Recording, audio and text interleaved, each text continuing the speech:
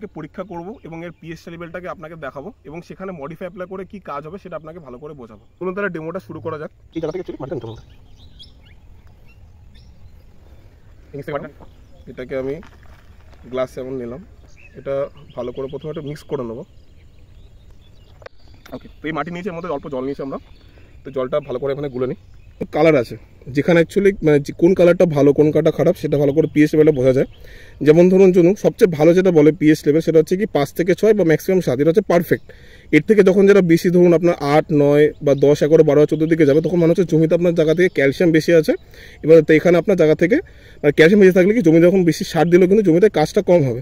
এখানে যখন এবার ধরুন 5, 6 যখন যেটা কমে যখন আসবে তখন জায়গা জমিটা আপনার অ্যাসিডিক, মানে ধরুন জমিতে আপনার আম্লতা ভাবটা জমিতে আস্তে আস্তে বাড়ছে।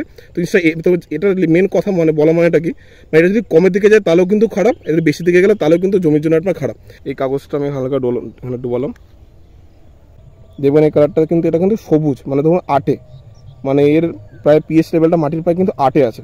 মানে এটা এর মানে হচ্ছে জমিতে আপনার ক্যালসিয়ামের পরিমাণটা বেশি। এখানে আমরা আমাদের মানে মডিফাইটা ইউজ করব। এখান থেকে আমি অল্প কিছু জায়গা থেকে পরিমাণে মানে অল্প কিছু গ্লাসে আমি ঢালবো, আপনারা বুঝতে পারবেন।